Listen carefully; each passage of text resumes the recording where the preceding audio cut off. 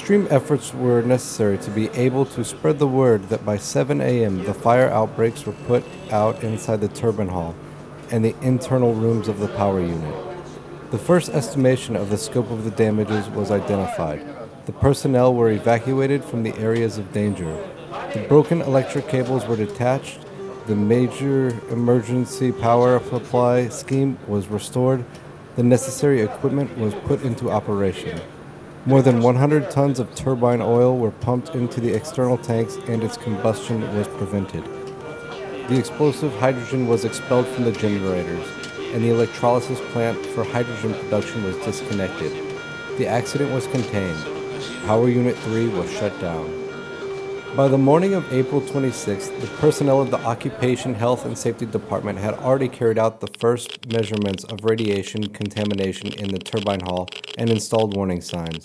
The maximum rate of the equivalent dose between turbine generators, 7 and 8, was 50 to 70 Roentgen per hour. The extreme efforts were hard for personnel of the 5th shift. The power men worked until they were changed by the shift or specialists called for emergency responses. Many of them were transported to the medical unit due to their critical health conditions. At 10 a.m. on April 26 in Pripyat Medical Unit number 126, there were more than 100 people who had suffered different severity of exposure. The men with the most severe conditions were prepared to be moved to Boryspil in order to be transported to Moscow Clinic number 6. Some were transported to Kiev, but many of them got a little better and were sent home by themselves in order to continue working after sleeping. At noon, I walked past the Pripyat Cafe. I heard one and then a second ambulance arrive. My acquaintances worked in the hospital, and they told me that almost all of the night shift workers were in the hospital on the second floor. When I came to the hospital, the men from the shift told me it seemed they would be transported to Boryspil. Why Boryspil? Nobody knew. First problems appeared in the medical unit on the morning of April 26th. It was necessary to admit and accommodate the radiation-exposed people. In terms of pure psychology, it was a very difficult task because people were vomiting, fainting, and so on. All the organizational work of accommodating and transporting the exposed people was taken by the deputy head of Town Executive Committee, Alexander Yesolov. He took the people to Boryspil by bus, and then they were taken by airplane to Moscow to Clinic number 6. On April 26 in the morning, shift number 2 came to work. The view of Power Unit number 4's destroyed building shocked many people. But within these first few difficult hours, there were no cowards at Chornobyl NPP. All of the employees of Chornobyl NPP fulfilled their tasks set for them. My shift was number 2. This was the shift following the 5th one. I came to work at 8 in the morning and imagined the consequences of all that I observed going past Power Unit number 4. There were no walls on the unit, no shielding. The reactor was naked. When we arrived, almost all of the Shift 5 personnel were evacuated from the power plant. Our shift had to cope with the first and second generation of the chemical shop. We started to pump out all of the chemically demineralized water that had stored into the first generation of the buildings to the premises of Power Units 3 and 4. When this water was finished, both potable water and fire piping came into play.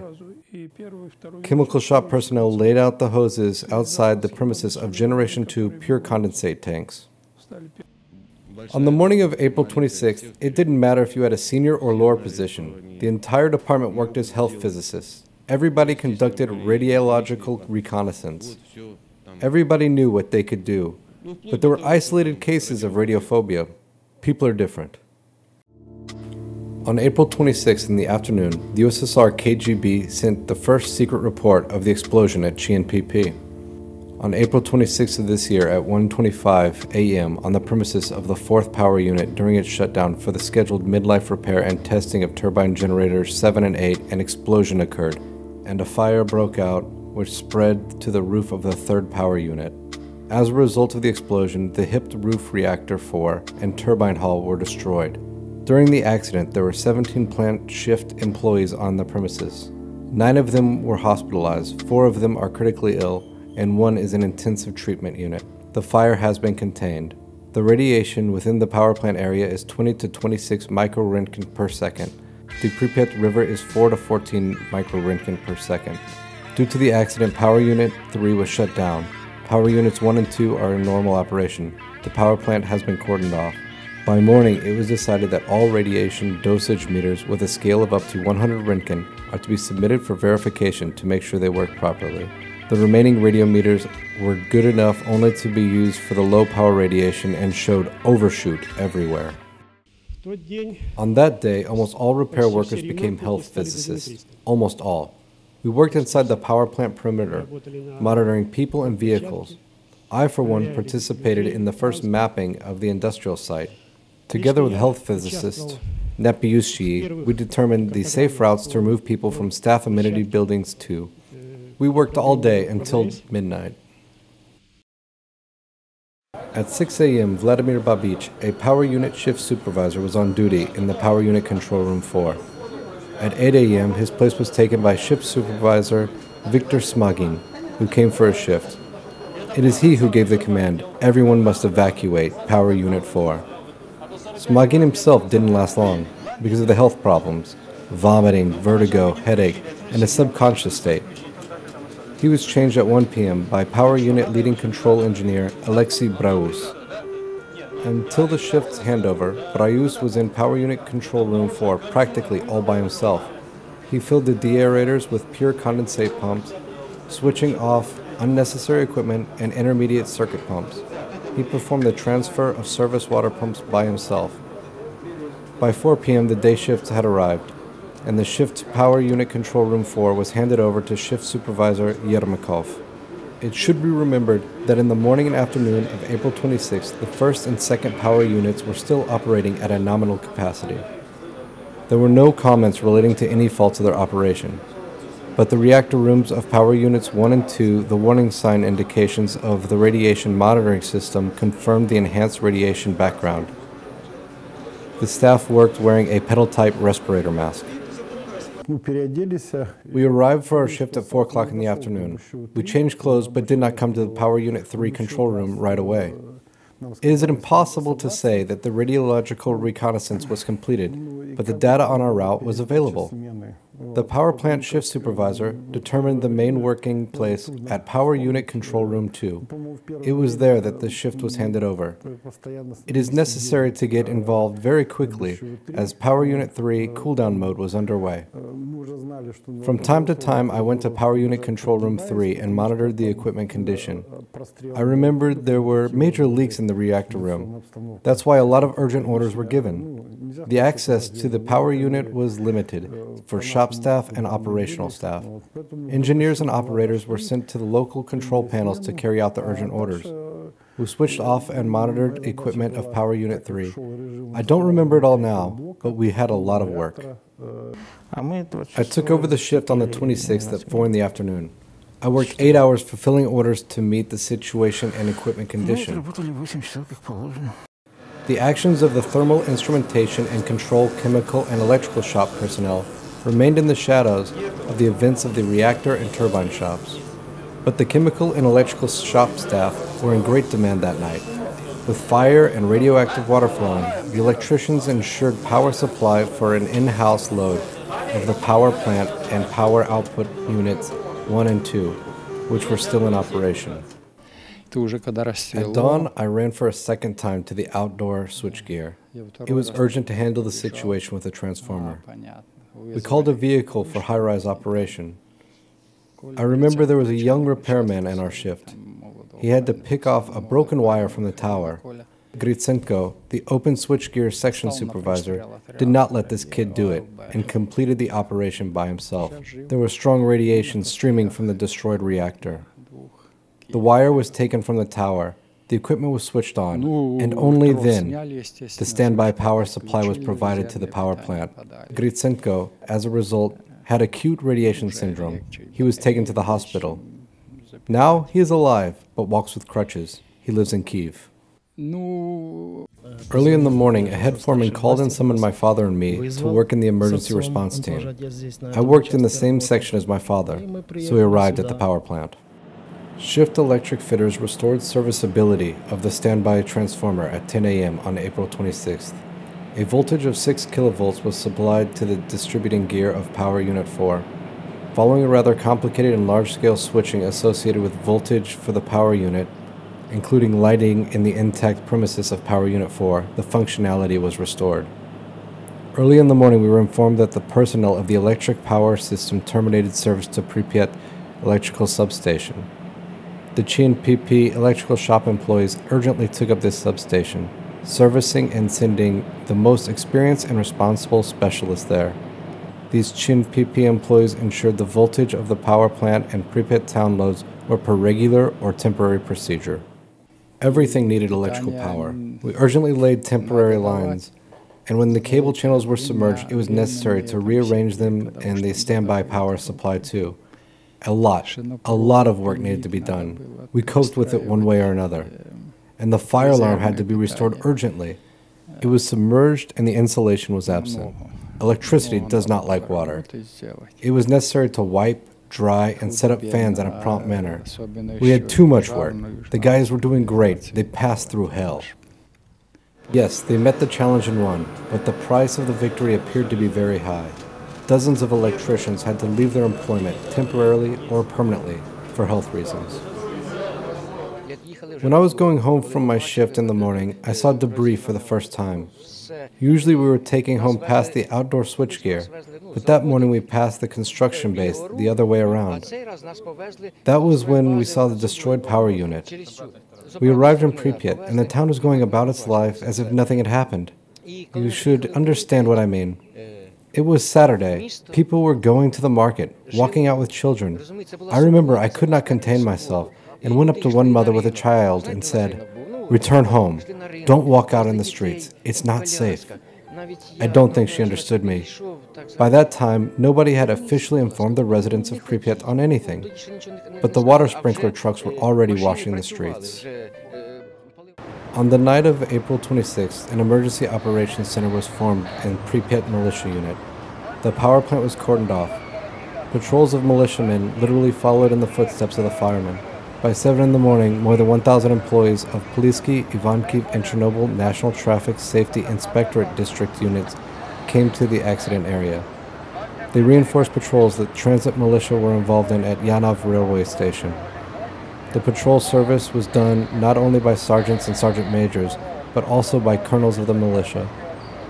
They blocked the road to the power plant, but the militiamen, as well as the town authorities, did not inform people on what happened in reality. At the time of the Soviet Union, all information regarding the radiation situation was under wraps, so much that even the power plant director could not disclose anything. And if such data needed to be submitted, it had to be double-checked several times. For this purpose, time was needed. The data was submitted in written form using a specially established scheme and under an appropriate security label. Vitaly Perminov, the spectrometry laboratory head, came within a day shift and took samples of water and smears of the fallout in the area close to Power Unit 4.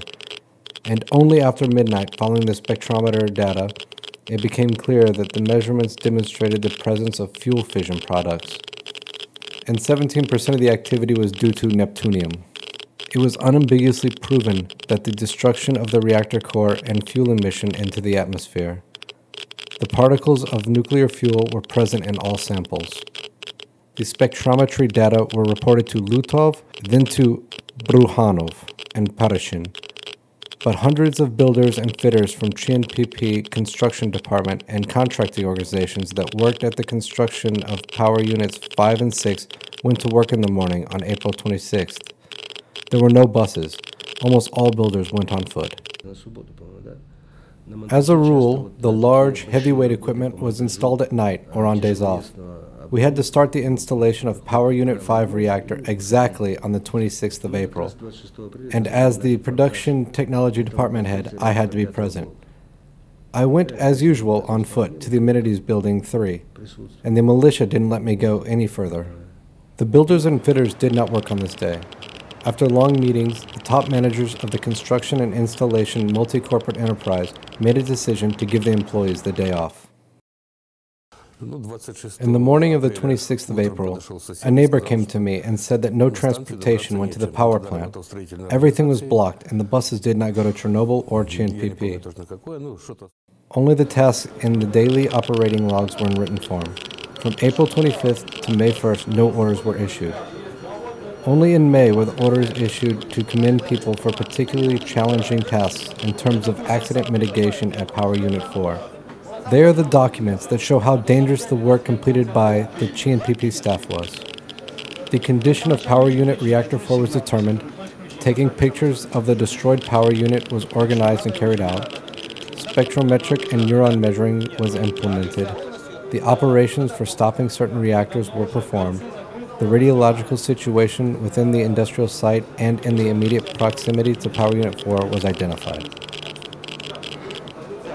While all of the health physicists were busy on the industrial site, Istomin, the leader of the power plant dosimetry team, was instructed to detect the areas with tin Röntgen to specify them and cordon them off.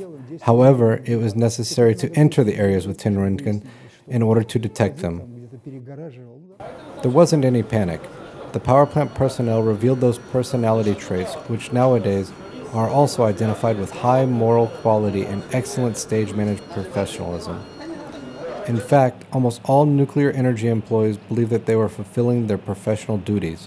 They believed they were doing what they should do according to instructions. At that time, I was Senior Control Engineer of Power Unit 3. That's why there were not any questions what to do. I was aware that the power unit was shut down, and it was necessary to do everything for its cooling down. The operations personnel do not need any orders to fulfill their official duties. You come, and you do. I believe that a professional should do everything to the full extent. At Sredmash, we were taught, it is better not to do work at all than to botch it so someone has to do it again.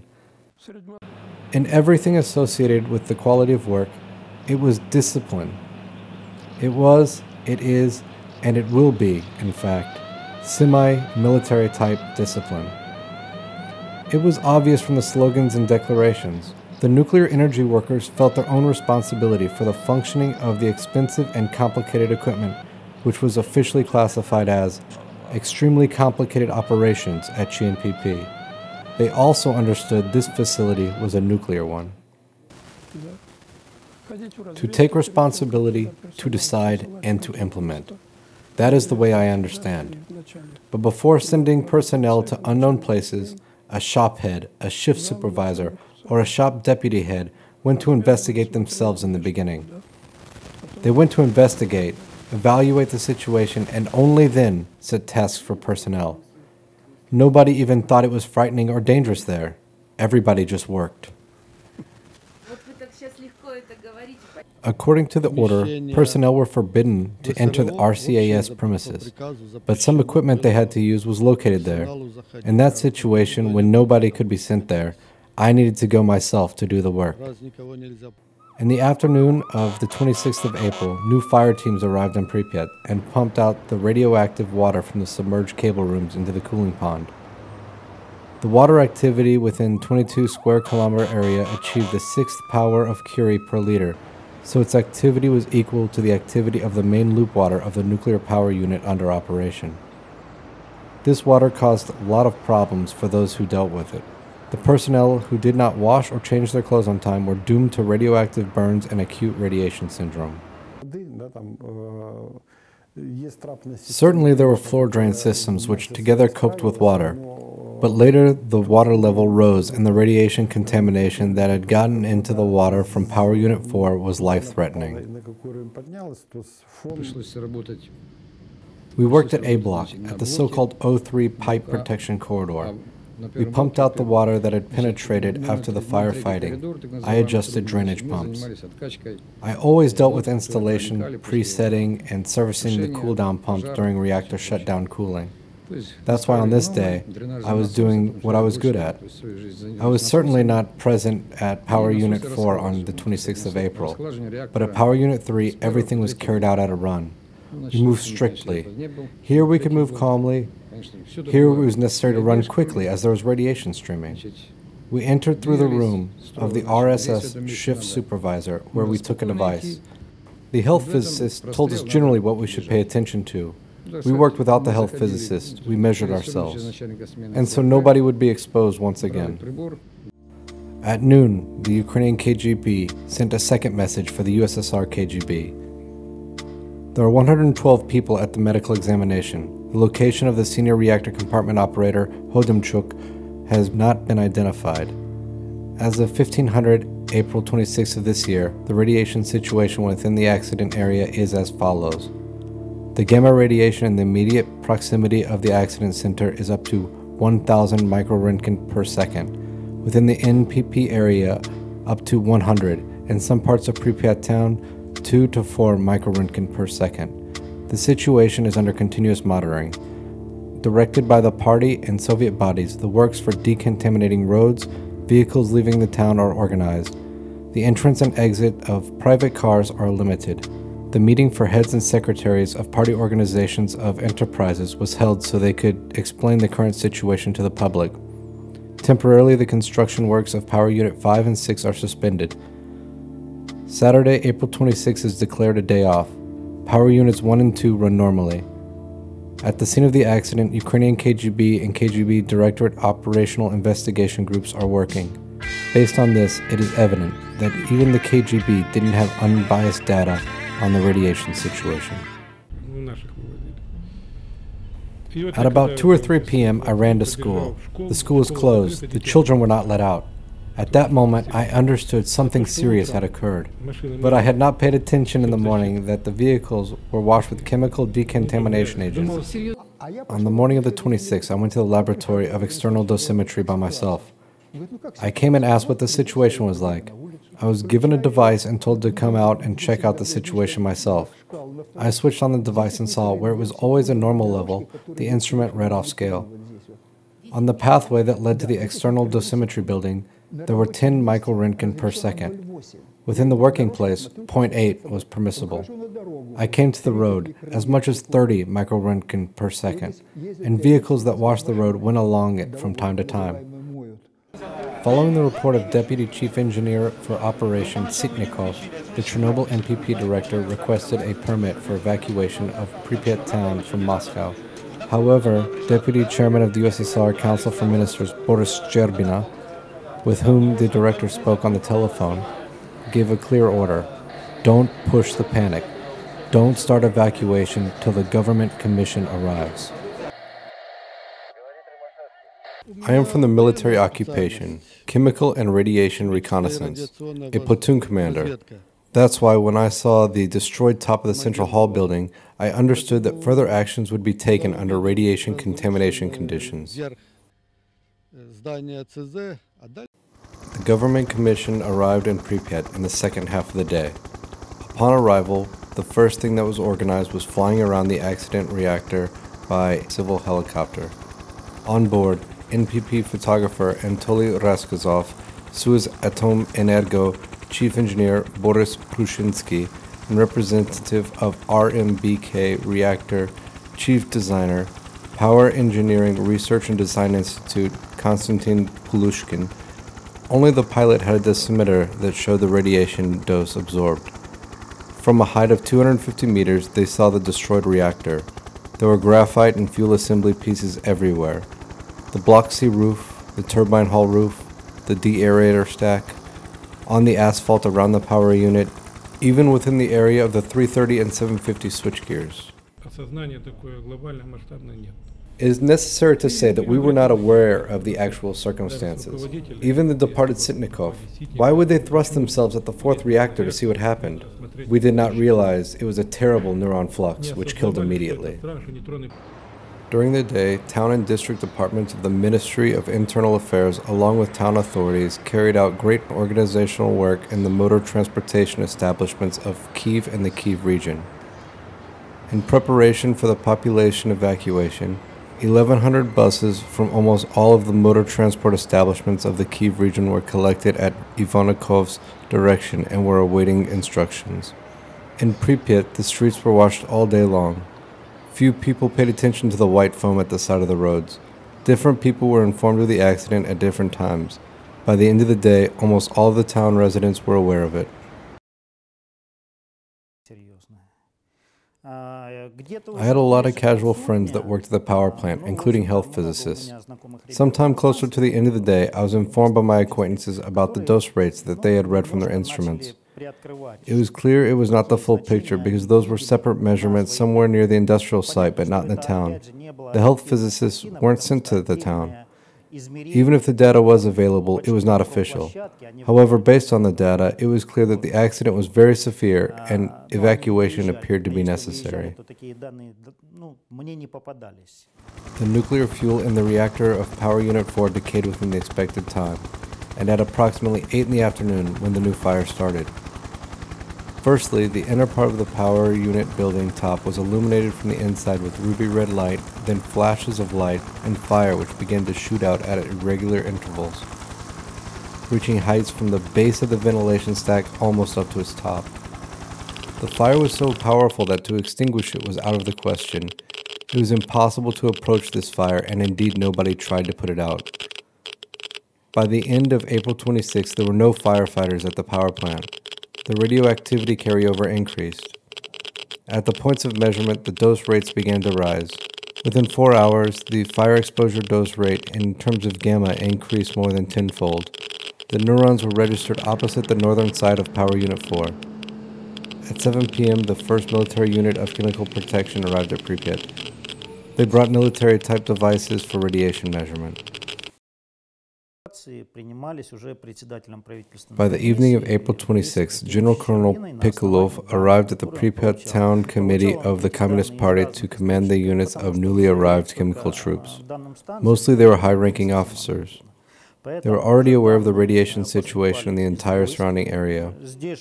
In other words, the power plant was more focused on the industrial site radiation and the chemical military units. And the meteorological office dealt with the dose rate reconnaissance in the town area and territories around it. By night, the data on the radiation situation was more or less reliable. It was even possible to forecast the situation changing. Based on such a forecast, it was clear that the situation was changing for the worse. Maybe it was due to the hydrometeorological parameters and the buildup effect. If more and more radioactive substances fall to the ground, they produce significant radiation background, and this background causes doses for the population. By approximately 8 p.m., the entire water inventory that was used for the power unit shutdown cooling had expired. The pumps that were launched by retrained electricians stopped. All the cable cellars from Power Unit 4 to Power Unit 1 were flooded with water. The transformer switched off due to short-circuit protection.